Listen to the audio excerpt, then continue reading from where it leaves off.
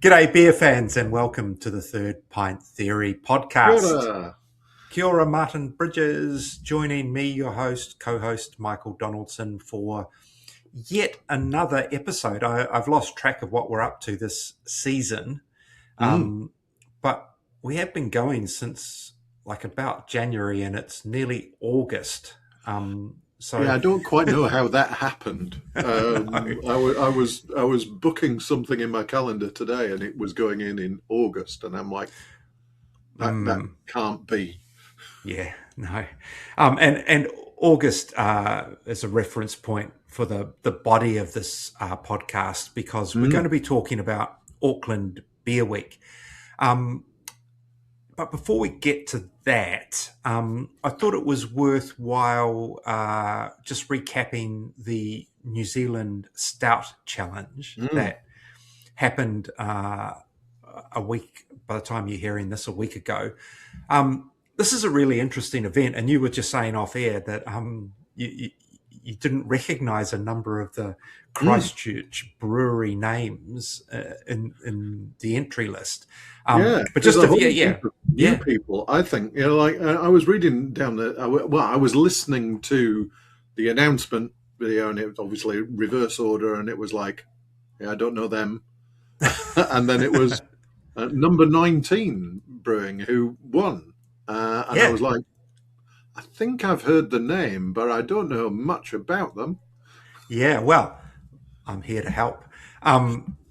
Because the guys from number 19 who are Craig and Alan spelt with a U because he's Welsh, Alan.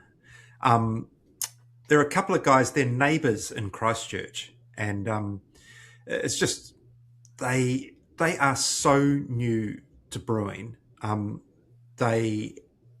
I think they only started homebrewing kind of in a COVID environment, so 4 years ago or something like that.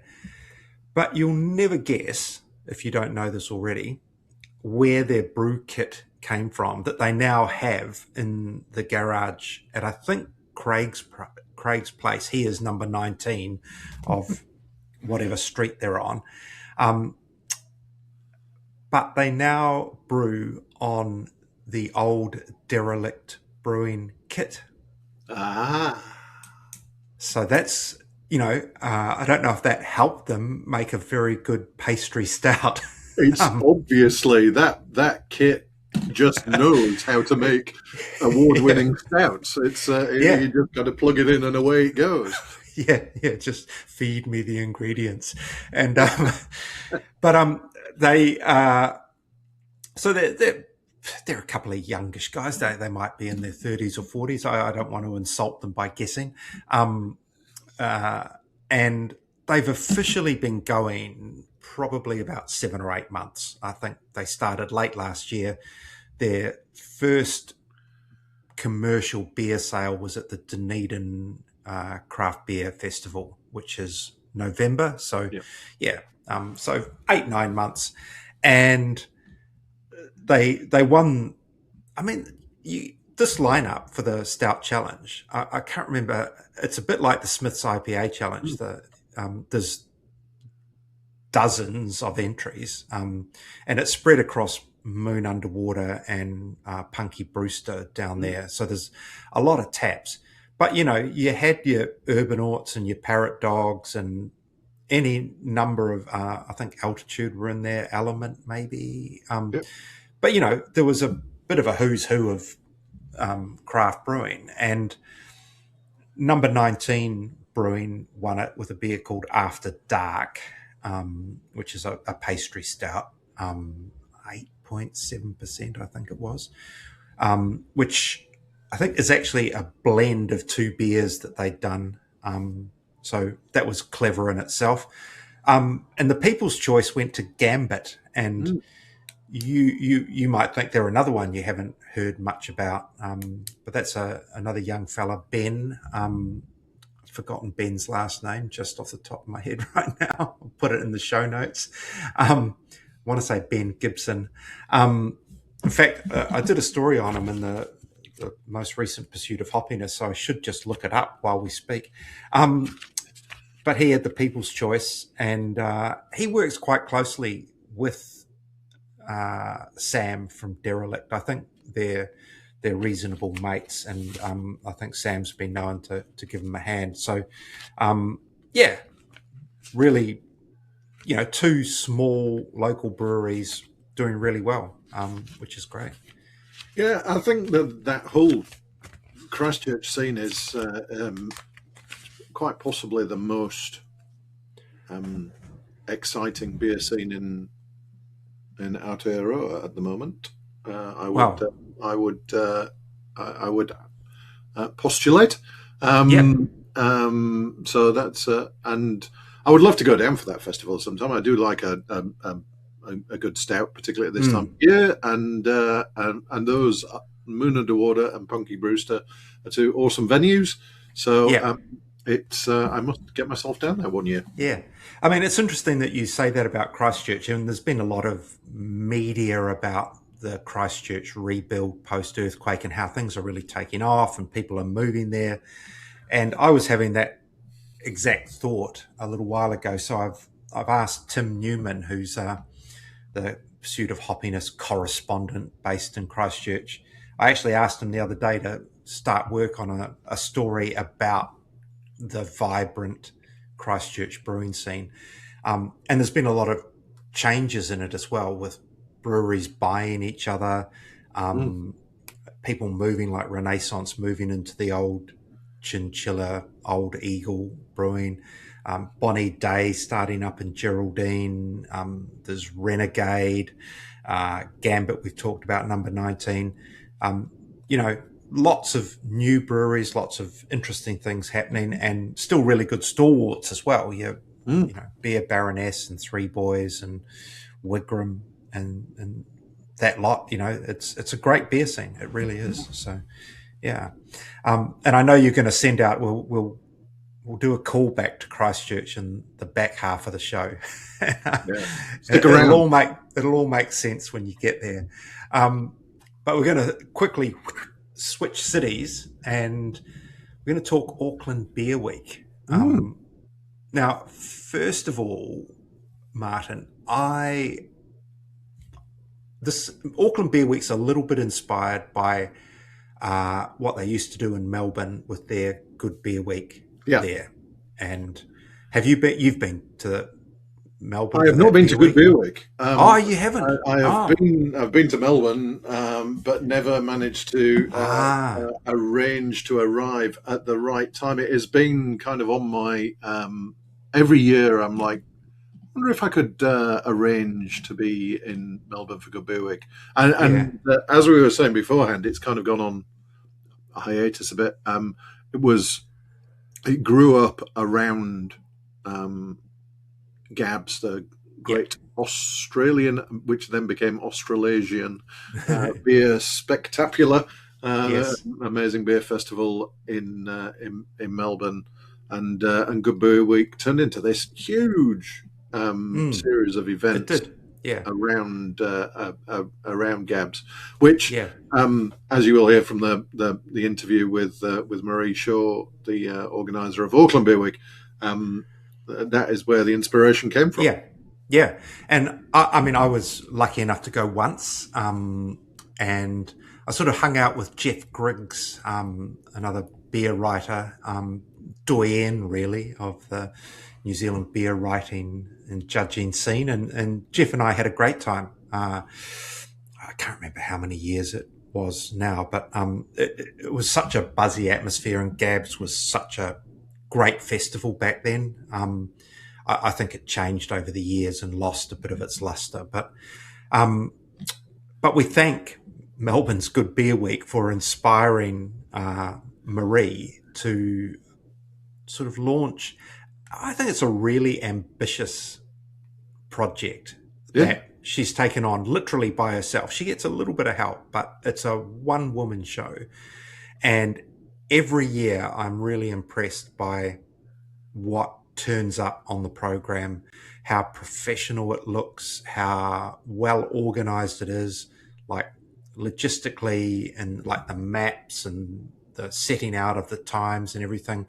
It's just so well done. And, and she explains a little bit about how she makes that happen. But yeah, it's very impressive. I'm always in awe. It's one of my favourite times of the beer year in Auckland, because there are some great events, some unique events, and some there are we're having a tap takeover, or we're going to do a special on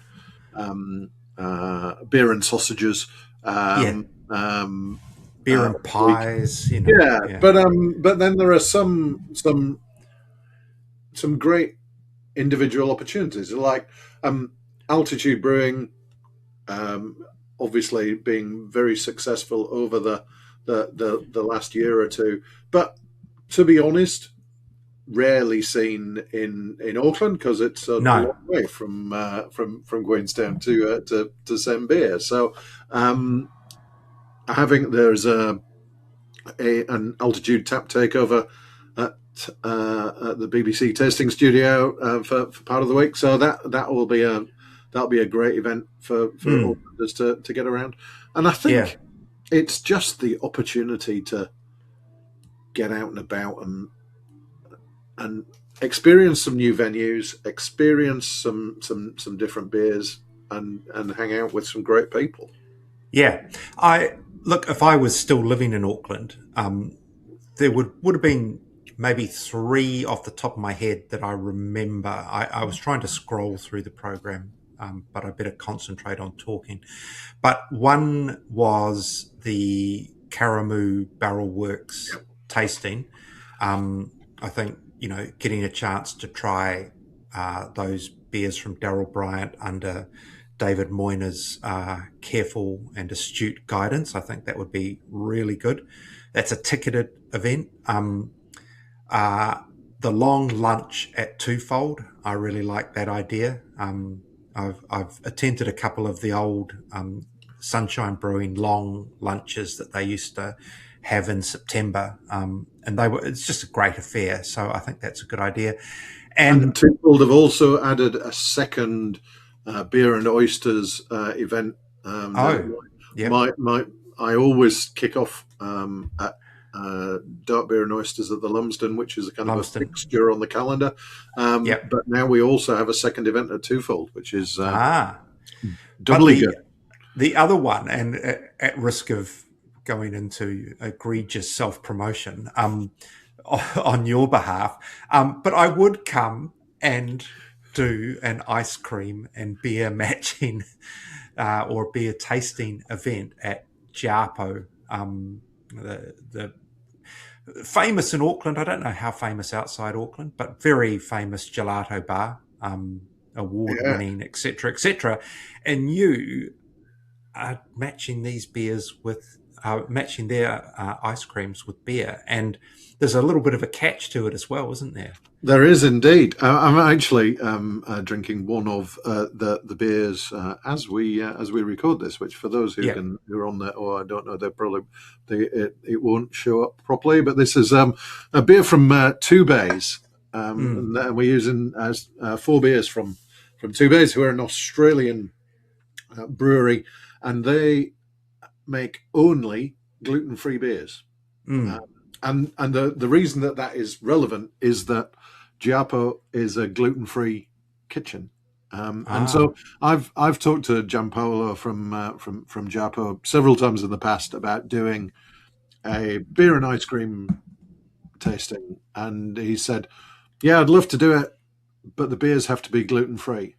And I've gone, because the options were previously very limited. I know that Keraru make one, and Scott's in Oamaru, but they haven't been the greatest. But then earlier this year, Garage Project announced that they were starting to import these Two Bays beers from Australia. And Two Bays have won World Beer Cup medals. Yes, I know. The beers are really good. They're really good beers. They sent me a few samples, and I would not know that these were gluten-free beers. I would not. This is the pale ale I'm drinking here. If you gave me this in a lineup of standard pale ales, I would not be able to pick it as the gluten-free beer. I'm delighted to have been able to organise this this event. Giapo makes incredibly creative and delicious ice creams. Two Bays are making the beers. We've got gluten-free all around, so totally accessible to anybody who can't take gluten. So yeah, I hope I hope I'll see some listeners at that event, which is on Tuesday, the 4th of August. Are you? I'm hoping that the Two Bays Stout, will that make an appearance?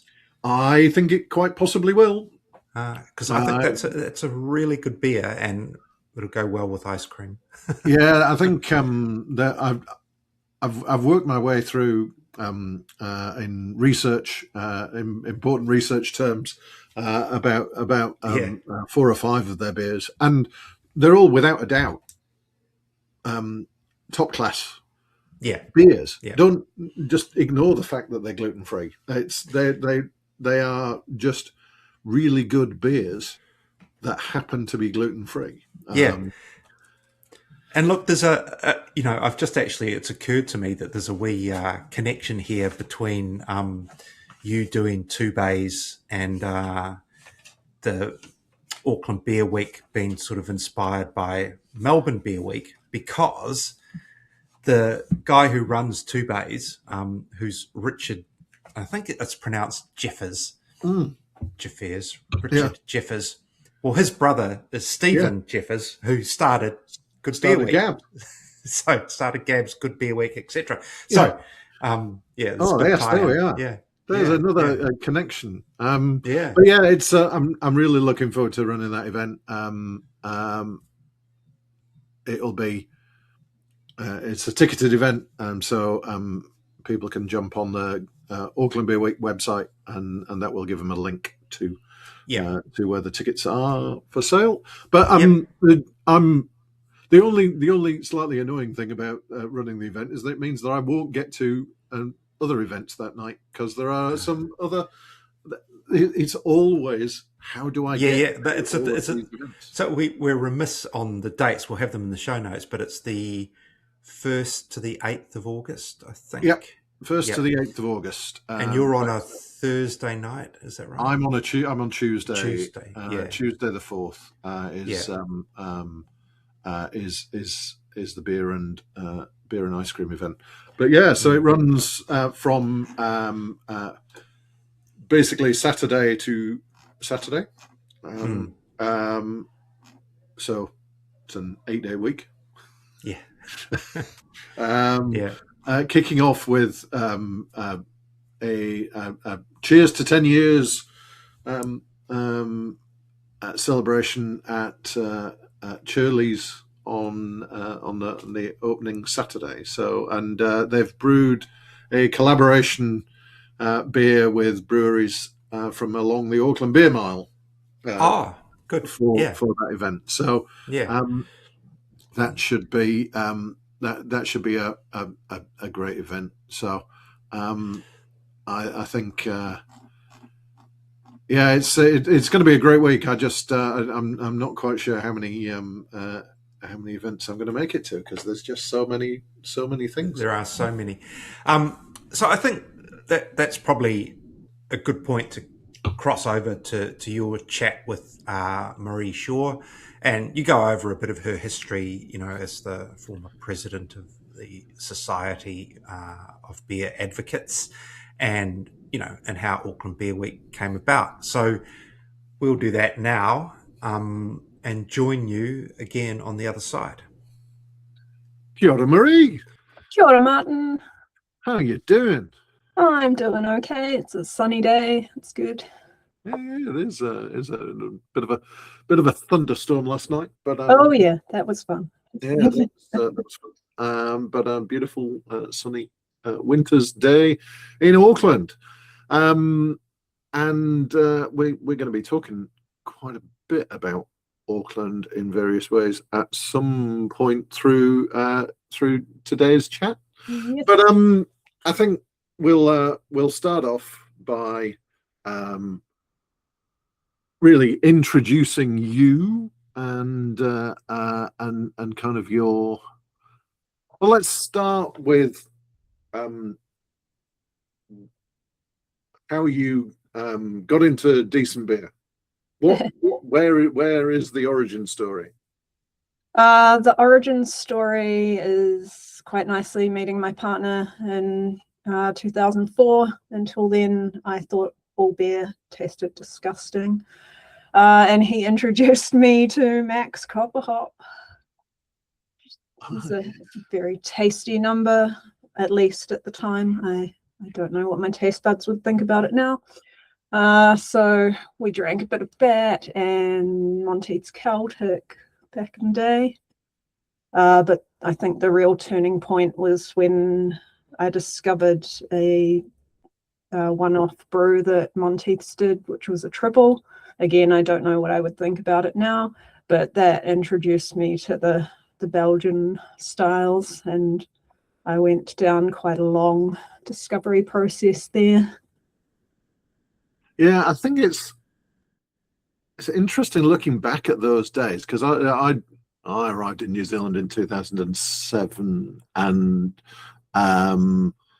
in terms of what we would now consider craft beers, there was very little. There was Epic were just getting going. There was Hallertau. There were some Three Boys, I think, around as well. Three Boys, Emerson's, but what we would, I guess, now call mainstream craft or craft adjacent or whatever you want to call it, the Max, the Monteiths, and so on, were producing some pretty tasty beers. What were some of the other ones that you remember from those times? Oh, obviously Epic Pale Ale. I was always either working adjacent to IT or had a lot of friends in IT, so I was introduced to Epic Pale Ale fairly early on.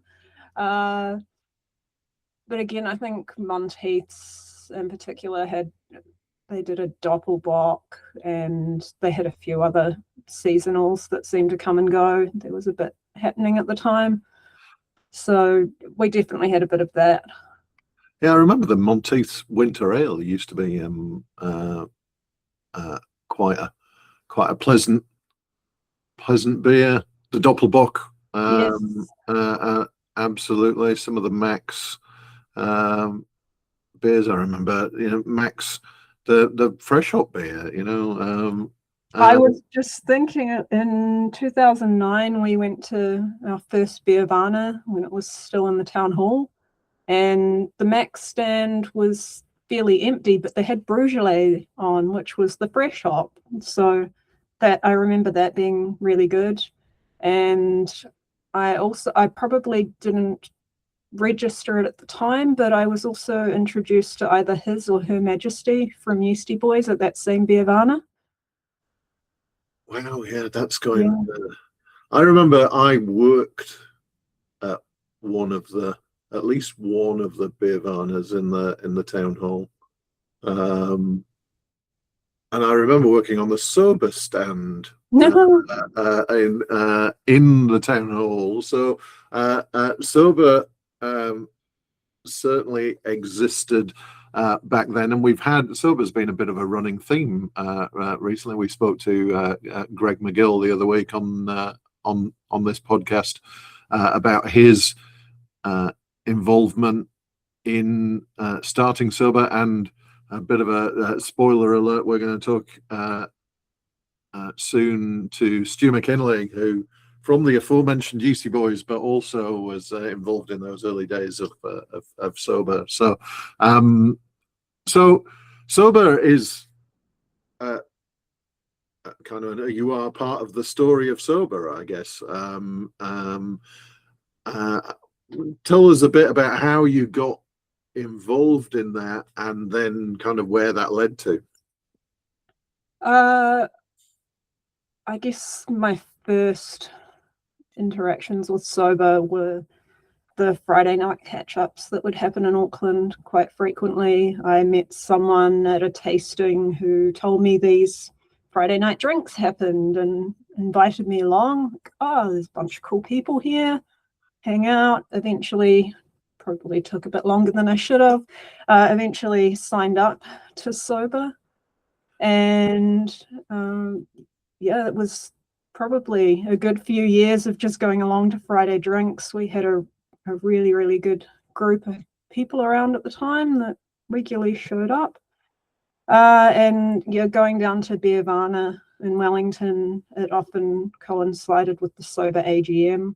So we'd go along to that before the Beervana session. And I feel like there was always a small Auckland contingent sitting there in the corner grumbling that there was no Auckland representation on committee, but no one was doing anything about it, of course. So eventually I got sick of the grumbling and put my hand up one year to join the committee. So I was on the committee for a few years just as a general committee member.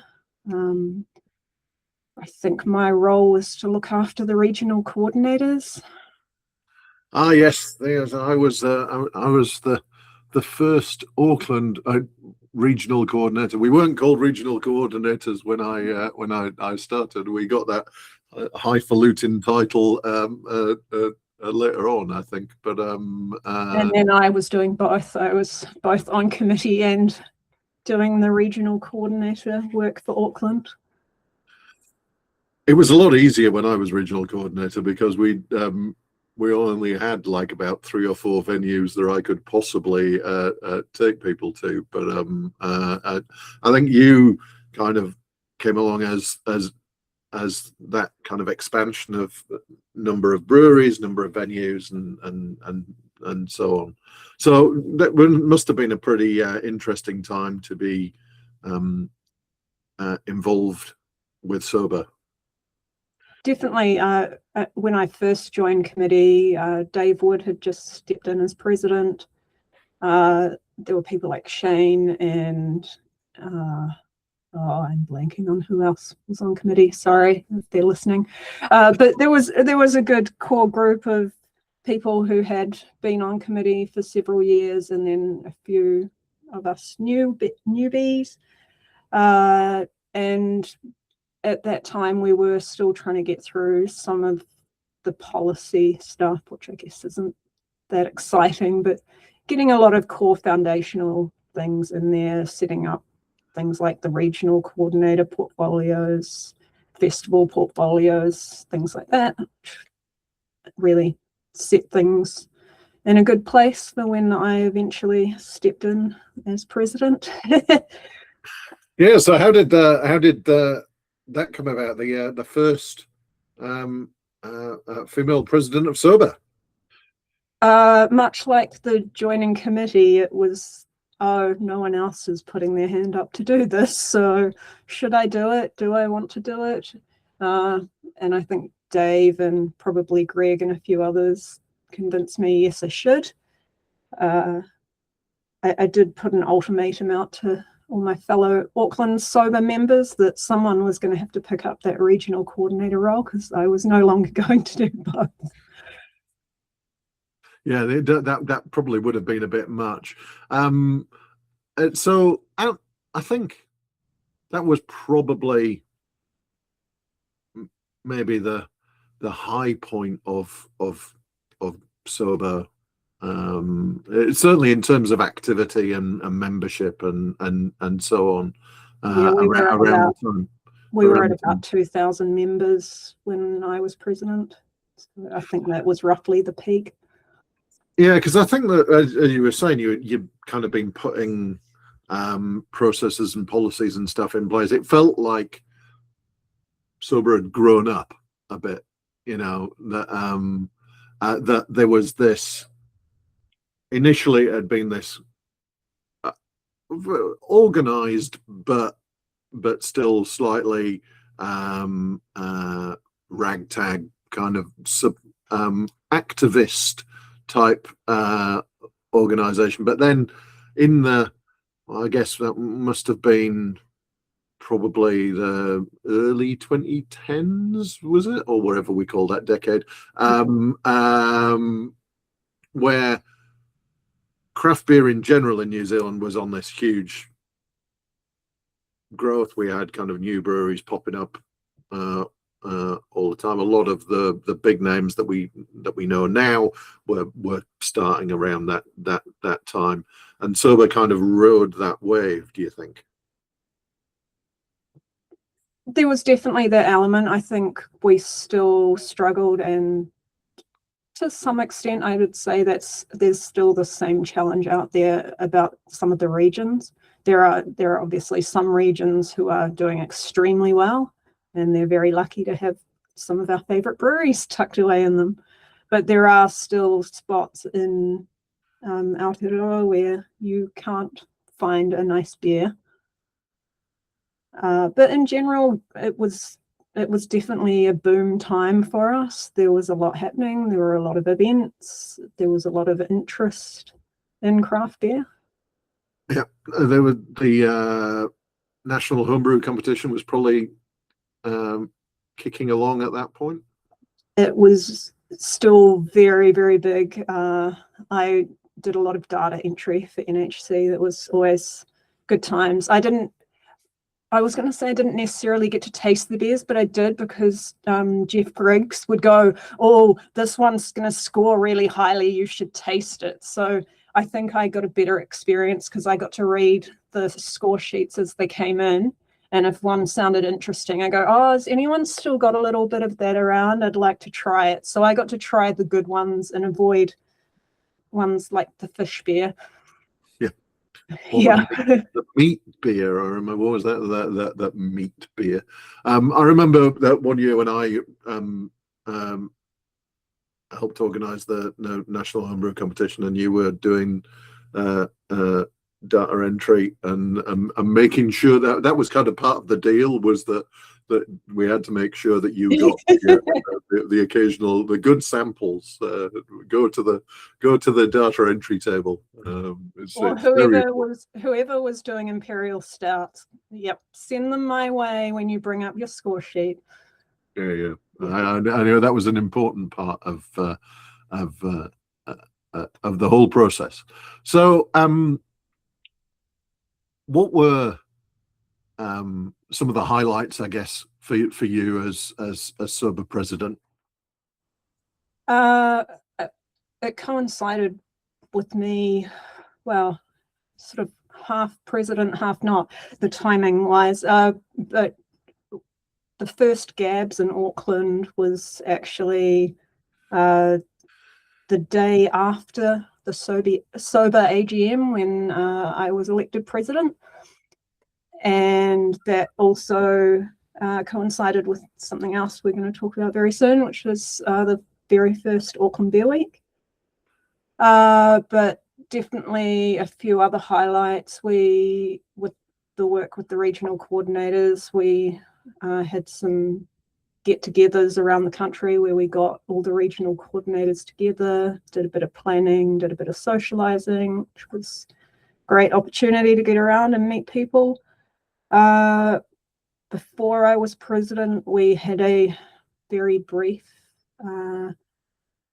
little bit of fun with someone trying to trademark Farmhouse. It wasn't quite the Radler Gate. That was over a lot quicker than the Radler one, thankfully. But I guess a big one, particularly for Auckland, was submitting, and we had someone go along to talk to it as well. The plans for single bottle sales in Auckland.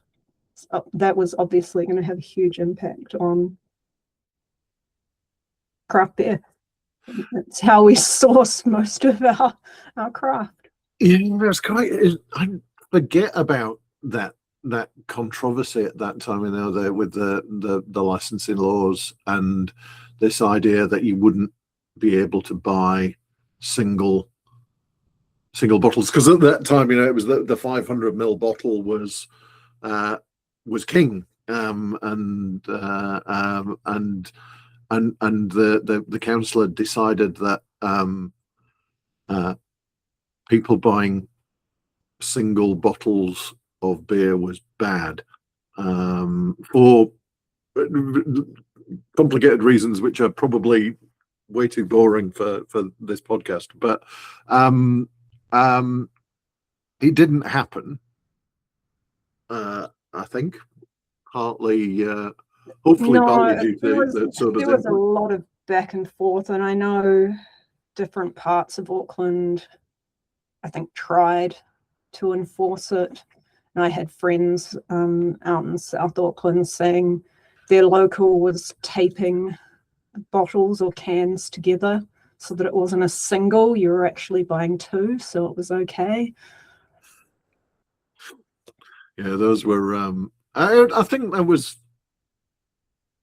we kind of forget that SOBA, as well as kind of running the national homebrew competition and starting Pursuit of Hoppiness and various other things, did actually have some kind of input to some of those I guess campaigns around that could have made things a lot more difficult for drinkers and for the industry as a whole. Absolutely. So we almost segued, and now I think we will, into Auckland Beer Week. So where did the idea for that come from? So I mentioned the first Gabs was in Auckland, which would have been 10 years ago, because it's 10 years of Auckland Beer Week this year. But yeah, Gabs was coming to town, and I'd been to Gabs in Melbourne, like a number of other people. Been lucky enough to experience good beer week over there, which I think I caught it when it was in its peak as well. So there was a lot happening, and there was a lot of talk amongst people in Auckland and amongst some of the brewers about, we should have a good beer week here too. We're going to do it. We're going to do it. And we got closer and closer to Gabs. Are you going to do it? Are you going to do it? And still no one had done it. So I had a chat to a few people that were on committee at the time, like, can we do this? Had a chat to a few of the venues around Auckland, and we turned it around very, very quickly. I'm not sure quite when we got the program out in advance of the first Auckland Beer Week, but it was a very quick turnaround. I'm still amazed at how many events we pulled together in such a short time, and that was the kickoff. And so that was inspired for those who might not know, because I guess we haven't had a Gabs in Auckland for a few years now, and the original Gabs, the Great Australasian Beer Spectacular, with its spiritual home in Melbourne, and Good Beer Week as kind of a week-ish of events across Melbourne.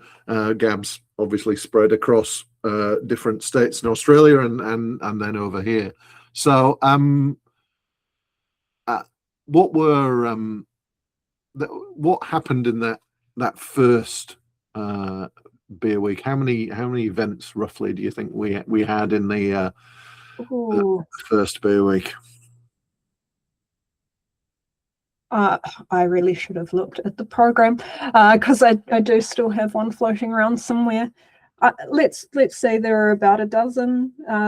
Might have been a few more.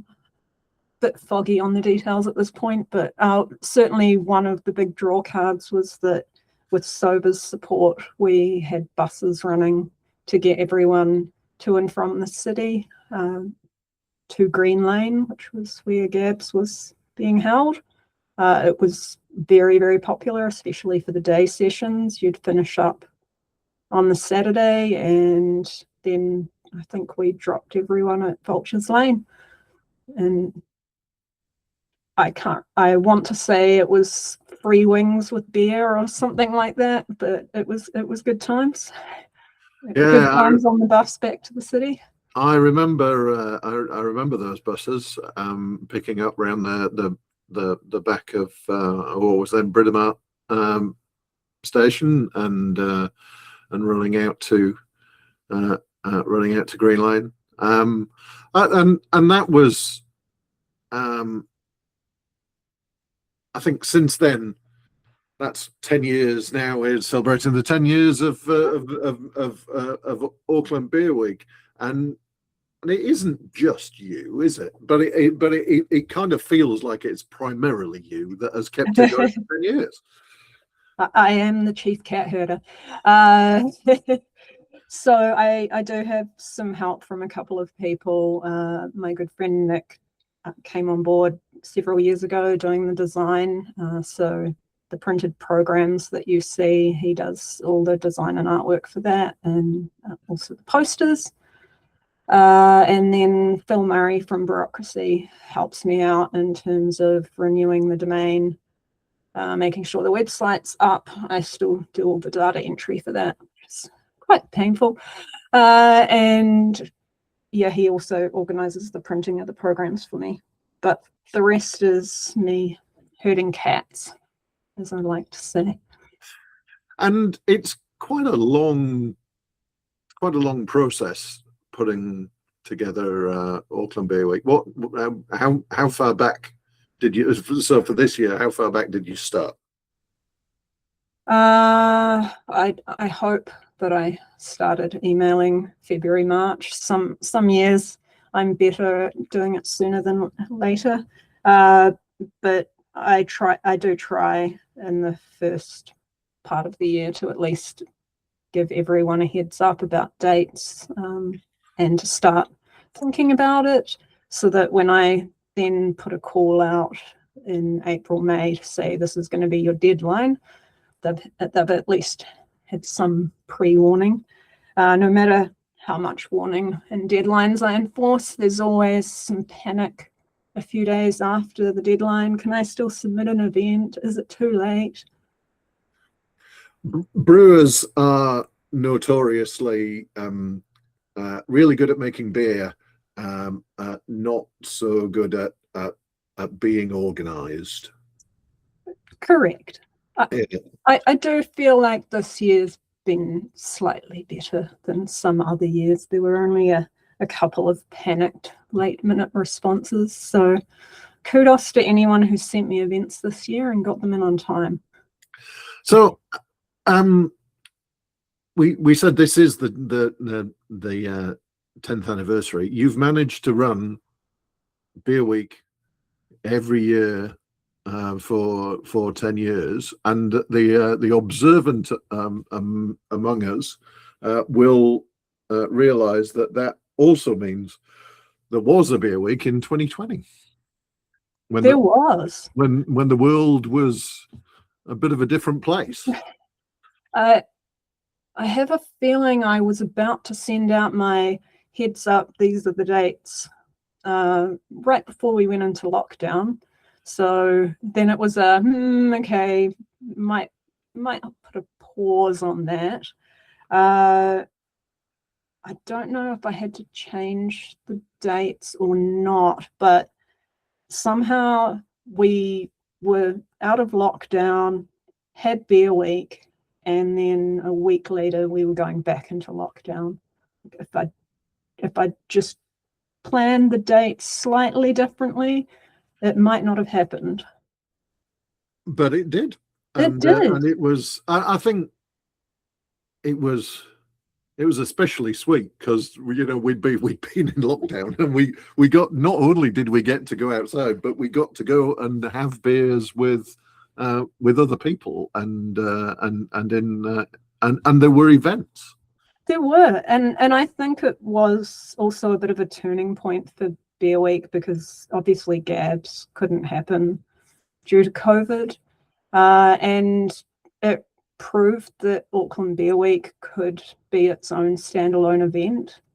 I'd been starting to have those discussions with people. We thought it might be able to be its own thing, but that really proved that no, this is an event in and of itself. It doesn't need Gabs to be its anchor at all. And in some cases, I know people preferred having them separately because they only got so many passes to go out in a week to have some beer. So they were often using it up on Gabs and couldn't get to a lot of the Beer Week events. And I think also for the breweries, it was a bit of a challenge having it with Gabs either at the beginning or the end, because there was a lot of focus for them, for breweries on Gabs and not wanting to think about doing other events as well, and also for the venues, like who would organise an event when people were going to Gabs. I think I absolutely agree that when it was forced to separate from Gabs and to become a standalone thing, and obviously Gabs hasn't come back, it was the making of Beer Week. What for those listeners who are not based in Auckland, or even those who are based in Auckland who are not really aware what Beer Week is, tell us a bit about kind of in general what is the structure, what kind of things happen, and then we'll talk a little bit about kind of this year's, I think. Yeah. So I do call it Auckland Beer Week, but it usually ends up being anywhere between 8 to 10 days. Just like to be generous, throw in a few extra days. But it's a collection of events at different venues all across Auckland. We're very liberal with the boundaries as well, so we're quite happy to include Warkworth. I think a couple of years we had Matakana in there. Another year we had a bus trip up to Waipu. So yes, we're quite generous with what we consider Auckland, and one of our long-standing sponsors is McLeod's. So we just consider them part of our whānau. and even the Hamiltonians as well. Yes, and I think one year we did do a bus trip down to the City of the Future. Oh well, yeah. Well, the least said about that, the better. So yeah, it's a collection of events, and these events can vary from. Back in the day, some of these things seemed really outrageous and creative, and now they're sort of every other weekend at a beer spot or somewhere. But one year there was tattoo and beer. Seemed crazy at the time, but yep, I see it happening all the time now. And of course you get your tap takeovers, beer and food pairing, dessert beer quizzes, paint and beer. It's always an interesting variety each year. There's something different, and it's a good combination I like as well, between events that run all week, that are just kind of something special on every night during the week, and then the kind of the focused one-off events. Yep. So the week-long events, just pain for me to do the data entry on the website. I always like to complain about that one. No, they're great. So those, I think, are really good opportunity just for people at their leisure to get around some venues in Auckland and enjoy some beers, and then you can pair those with the one-off events. Yeah, and what I like about one of my favourite things about Auckland Beer Week, and I really look forward to it every year, and I am so grateful that you continue to drive it forward. But one of the things that I love the most about it is getting to venues that either I haven't been to before or that I haven't been for a long number of years. And I remember, I think last year I took myself out to Titirangi to the Shirley's Rise at Titirangi, and that was a first for me. I think the year before was I went to the Birdcage for the first time in probably 10 years. And I think it's great just to kind of get people to go to new venues. I remember doing music bingo with you and your mum at the Birdcage one beer week. Yeah. I think that's always a highlight. I think that I've said this to people, and I don't want them to take it the wrong way. What I really like about it is that it's kind of lowish effort for venues to, you know, to be part of Auckland Beer Week. There is not I don't want to minimize the effort that goes into it, but it is kind of at the lower end of, you know, they're not having to build everything around it. Is that what you think? That's probably why it's sustainable and why it's still been going for 10 years. Also, me, reluctant, not always reluctantly, but some years slightly reluctantly continuing to do it. But yes, there's not a lot for venues to do. They obviously need to come up with the event, they need to run the event, but they don't have to pay to be part of Auckland Beer Week. They send me the information, I collate it into the program, we distribute them around. It's getting publicised at every venue that's participating that you're holding an event. Thankfully, we do have some sponsors. We couldn't, now that SOBA's no longer around, we couldn't do this if we didn't have the sponsorship. But again, it doesn't take a lot. And the more sponsors we have, the more that spreads the cost around. But it is quite a minimal cost. Shout out to Behemoth Bureaucracy and McLeod's for jumping on board this year. Yeah, no, I think that's awesome, and that's actually a kind of a trigger that as to, I have said several times that I really hope that somebody somewhere else in the country listens to this and goes, I could run Dunedin Beer Week or Christchurch Beer Week or even Wellington Beer Week. You know, there's a whole heap of people out there who could follow the model. What do you think is the what's the secret? You need someone who is going to volunteer their time, be stubborn like me, and continue to do it year after year. But really, start simple. You can make it as big or as small as you want. Again, minimal. You only need minimal funds to get it going, but the more sponsorship funding you can get, the more you can do in terms of advertising and getting the word out there. So that's really the limit, but it doesn't take a lot to email venues and get them to contribute an event. And I think it's really important. It's tough times for the industry, for hospo, for breweries. And I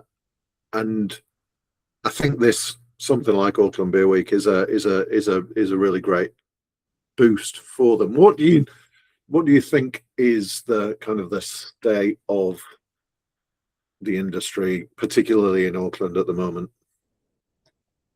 I think, like a lot of us, the industry's probably hanging out for CRL opening. That's definitely going to boost accessibility to a lot of the venues, and I think that is something Auckland struggles with in general, but definitely in terms of beer and getting people together, getting people out, is just being able to get around and travel. You don't want to be driving a long distance if you're having a beer. No. I think it's a really good point. I think that the City Rail link will hopefully re-energize downtown Auckland. I actually kind of feel that the suburbs are not doing as badly. You know, I think that there are some, you know, the beer mile seems to be doing pretty well, and there are good suburban bars, but downtown Auckland seems to be really doing it tough. Obviously, we've lost a number of venues, including the aforementioned Vultures Lane, a few other venues gone over the last year or so. So and it is tough. It's great having these local places, and I'm forever grateful that I have a beer spot now in walking distance from my house. It's fabulous. But it does make it harder for us to connect with everyone else. We don't have that same community we did 10, 15, is it even maybe 20 years ago, when we were meeting up on Friday nights to have some sober drinks. It's harder to get everyone together. Yeah, I think that's one of the other good things about Auckland Beer Week is that you do get people, you do bump into people around different venues. You know that there's a good chance that you're going to see people in venues across the city. And that's, to be honest, one of the main reasons why I keep organising Auckland Beer Week. That's the selfish part, is that I like this as an excuse to be able to catch up with everyone, people that I won't normally see on a regular basis. Yeah, and I think we've touched on this in several episodes recently, that the community aspect of beer is a really important part. And we talked, I think the phrase "the third place" has been mentioned. You know, that place you go that isn't home and isn't work, but is a place where you can meet with friends, with family, whatever. And that losing that is a big blow to community and society as a whole. So I think everybody should get out there and support Auckland Beer Week. And that's a good link. Let's just briefly talk about there's the program. What is the website? Website's very simple: auckland.beer/week. And the dates are the 1st to the 8th of August. That's great. So if you're listening to this episode promptly after release, then you've still got time to go and find an event. Obviously, there are a lot of events. Have you counted them? I did look at the spreadsheet at some point, and I think it was just over 30 rows, and that includes the week-long events. Yeah, so I think that there's something on every day. There's some interesting things. What are your pick 3 highlights? We can't. all of them. So pick 3 highlights. What are your top 3 things for Auckland Beer Week 2026?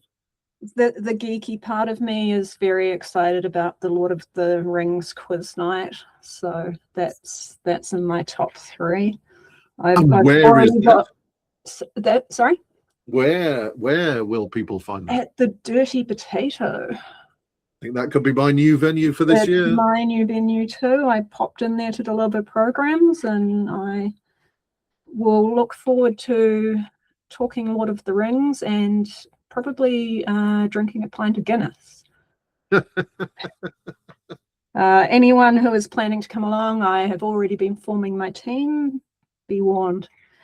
I am also very much looking forward to the Karamu guided tasting on the Wednesday night. That one's a ticketed event.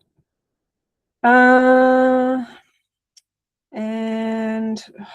I want to say McLeod's, but I always say McLeod's. So I'm going to say Beer and Pie at Mythica. Ah, yes. Yes. Always perfect combination of beer and food. And Mythica is always a great place to go for an event. I'm looking forward to having 2 oyster events this year. I'd like to say I organised that for you, but thank you very much. Thank you very much, Maree. I always look forward to it's traditional that I kick off my Auckland Beer Week adventures every year with dark beer and oysters at the Lumsden. But now I've got I can walk up the road to twofold for even more oysters and beers. So I think there's 2 of my events. I think that the official kickoff event at Churley's on the opening Saturday will also be a good time. And there are just so many. Things. There are so many things. We can't mention them all. But we will encourage people to get out there, support these venues, support these breweries, support the sponsors, support Auckland Beer, and tell a friend. And tell a friend. If you're not in Auckland, tell your friends who are in Auckland. And if you are not in Auckland, then start organising your own event. I would love to travel to somewhere for a beer week. Just before we wrap up, do you have any thoughts for what you would like to see in future Auckland Beer Weeks? I know what you want to see, and I'm fully supportive of this, having experienced it in Melbourne for Good Beer Week, and that's Pint of Origin. So I definitely think we could make that happen. We just need everyone to get on board. So I'm not sure how it runs now, but when I went many years ago in Melbourne, there were different venues scattered across the city, and each one was showcasing a brewery or beers from a state or territory in Australia. So I think we could definitely do that in Auckland. We've had some events that have gotten close, but not quite widespread, and it'd be nice to be able to trip around different parts of Auckland to have some beers from different towns. Yeah, I'm all for that. I think obviously Australia has a bit of an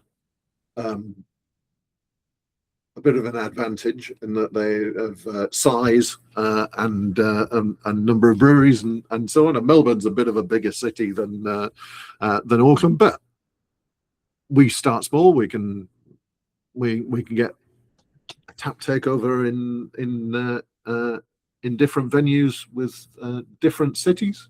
Exactly. There's an altitude tap takeover this year, so we just need a few more of those scattered around.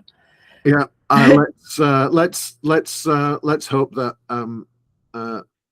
Auckland Beer Week 2027 includes. Can we call it Pint of Origin? I don't. I think we'll have to talk to the Crafty Pint, our dear friends at the Crafty Pint podcast, who organise Pint of Origin. Or I'm sure we can come up with our own Kiwi spin on it. I think, yeah, it might not make as much sense to New Zealand beer drinkers who aren't fans of rugby league. So we might need to come up with another name. Anyway, I guess outside of that, I'm glad this year we're a bit more spread out again. We've got the North Shore back in the program, but always like to have new venues involved and spread the love a bit more. I don't necessarily think we need to get any bigger. We talked about sustainability before, and I think it's at about the right level. More venues, yes, maybe not more events, because people can only get to so many and only have so much money to spend on beer. Yeah, I think that's a really good point, is that, yes, it would be awesome to have loads of events, but I know I've struggled in the past with, there are 4 things on that night, and I'd love to go to all 4 of them, but I can't be in 4 places at the same time. It does feel like this year it's kind of spread out a bit more, which is which is great. But yeah, I am really looking forward to the first week of August and ping-ponging around the city, trying to get to as many events as I possibly can. And I thank you again for continuing to drive this forward. And as I say, thank you to all the venues and breweries and sponsors that make it happen. Thank you very much for your time, Maree. Thank you, Martin. It has been a pleasure talking to you, and I will see you in a pub somewhere. I'm sure you will. Well, thank you, Martin. And I wanted to pick up, and we were going to circle back to Christchurch, and in that interview you were sort of making the call for other centres to come up with a beer week of sorts. And you think Christchurch is a good starting point? I think Christchurch is an excellent starting point, because there's as we've said, there's a whole heap of breweries there, and there's a whole heap of venues. And it's pretty accessible. It's pretty easy to get around. Christchurch. Oh yeah. So I reckon that I hope that somebody who's listening to this will take the bait and start Christchurch Beer Week. I promise that I will come. If somebody out there starts Christchurch Beer Week, I promise I will visit and sample some of the events. But because I think there are lots of places that could do it. I think we were saying before, there have been some similar events. We remember the road to Beervana used to happen, and in fact they did kind of road to Beervana in multiple cities yes. At least once, I think. But that was kind of like a shortened kind of it was like Wednesday, Thursday, Friday, kind of leading into Beervana. But I think this type of event, I think Maree has established a really good template here, which people could roll out elsewhere. Yeah. I mean, I just thinking of it off the top of my head, I do think, say in the lead up to the Great Kiwi Beer Fest in, January in Christchurch, you could have something building up to that. I think Nelson has the potential around harvest time to do something.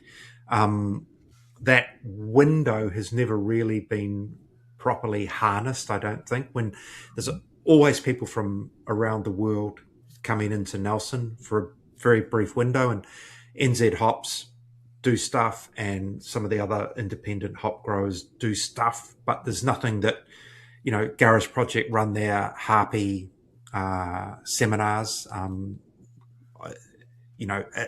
the back of the NZ hops events. So they sort of tie together, but there's no umbrella kind of event. And you could easily do it that takes in Hop Harvest and some of the other great venues around the Nelson area.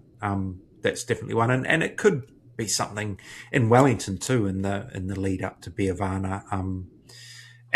Wellington kind of has that vibe from, Thursday, and then there's a little bit of a hangover on Sunday. But it's not. There's so much goes into Beervana, it's probably hard to start putting. And I think that's the thing. I think that's the interesting point that Maree made, was that originally, obviously, Auckland Beer Week started as a build-up to Gabs in Auckland. And then Gabs went away, and it was, do we keep doing Auckland Beer Week without that festival as an anchor?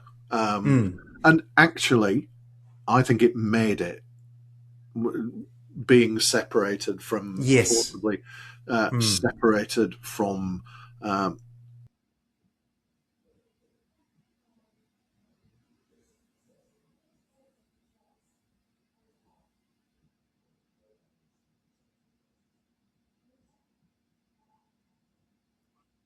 Yeah, that's all right. It worked. We'll go back to wine. Yeah. So yes, you wind back a little bit. Yeah. So just start that again. You said because I was talking about Beervana and leading up to an event, but Beervana's busy and hectic enough. Yeah, and I think that obviously Auckland Beer Week started as a build up to Gabs, with Gabs at the end of the week. But then Gabs went away, and the question was, does Auckland Beer Week stand on its own 2 feet without Gabs as the anchor? But actually, I think it improved Auckland Beer Week. It was the making of Auckland Beer Week to not have that, because as Maree says, drinkers only have so many nights in a week they can go out. And if they're going to Gabs at the end of the week, then that's basically locking a chunk of that in. And brewers as well, I know particularly with something like Beervana, the commitment for them is huge. So asking them to do Beervana and do some other stuff on the nights before that is probably a bit of a stretch. So I actually think that these kind of events work better without a anchor festival. I would love to that's see, a good point. If there was a Wellington Beer Week, do it in June, or some other, maybe not in June because the weather is going to be terrible. Do it in April. And move the Malt House West Coast IPA Challenge, because that's the other thing. You could have something in Christchurch that has the NZ Stout Challenge as part of it. Even Queenstown with the Smiths NZ IPA. They're different events, not big festival event, but an event nonetheless. On that note, I thought we'd just have a quick look ahead to the next pod, because we will be taking in the Malt House West Coast IPA Challenge and the New Zealand Beer Awards. Which are rapidly next week coming up on us. So because it's New Zealand Beer Awards one weekend, and then the Malt House the following weekend. So we might not get both into one pod. We'll see. Stay on the time. I think we might need to do the beer awards and then pick up on the. Yes, I think you're right. The West Coast IPA Challenge. We'll want to get the news out while it's fresh. That's right. And the listeners, you're privy to our organisational meeting here. You can see it's a very high functioning office. Anyway, that I think is that for this week. And if you are in Auckland, do your best to get to some events. If you're not in Auckland, I don't know, you could think about going, I guess. Yeah. Got time? Yeah. Absolutely. 1st to the 8th of August, there's something on basically every night. Yep. And during the days, there's some events that are kind of not quite 24/7, but yeah. Yeah. While the venue is open, there's an event on. So yeah. It's definitely worth a visit. And if any of our listeners are coming up, look out for me. I'll be at as many events as I possibly can. Yep. Snaffling the oysters. Definitely. If you're anywhere near where there's an oyster event happening, I'm probably in the vicinity. Very good. All right. Well, you enjoy it, and listeners, if you're going, enjoy it as well. Thank you. Cheers. The Third Pint Theory is recorded, edited, and produced by myself, Michael Donaldson, and Martin Bridges, the Beer Bigwig. You can find past episodes on Spotify, Apple Podcasts, YouTube, and all the other podcast platforms. If you've enjoyed this episode, remember to subscribe so you never miss an episode. And please leave us a comment or rating. It really helps other beer lovers find the show. You can also find us on socials. We're third.pint.theory on Instagram and at thirdpinttheory.bsky.social on Blue Sky. Don't forget to check out what we're up to outside the podcast. You can read my latest articles, reviews, and news in the Pursuit of Hoppiness magazine at hoppiness.co.nz. Plus, you can sign up to my weekly beer news email, Friday Night Beers, at hoppiness.substack.com.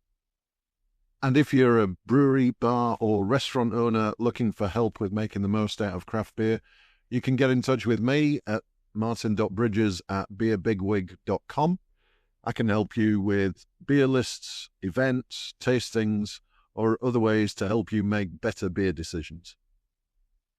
Finally, if you're interested in sponsoring the podcast or advertising, or you had any other suggestions or questions, drop me an email at michael@hoppiness.co.nz. Until next time, keep your glass full and your hops fresh. Ka kite anō.